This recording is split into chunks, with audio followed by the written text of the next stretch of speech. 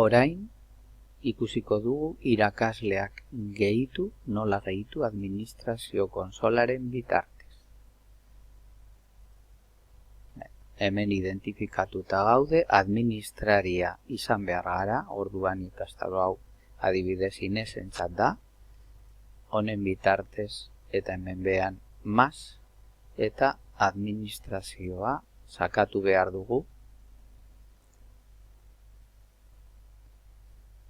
Itxaron, gogoratu administraria izan behar garela ona ailegatu ahal izateko.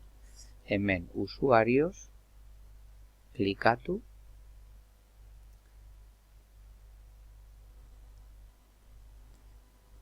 eta gero irakasle bat baldin bada egiten dugu irakasleetan taldean hau urdindu, eta gero hemen behan añadir usuario.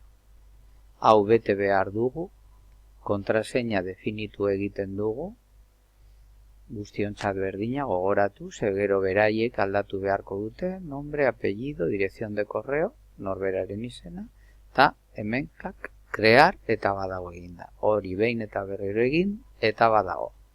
Eta hemen agertuko dira sortutako erabiltzaileak. Eta hori da egin behar den guztia. Erraza, ezta?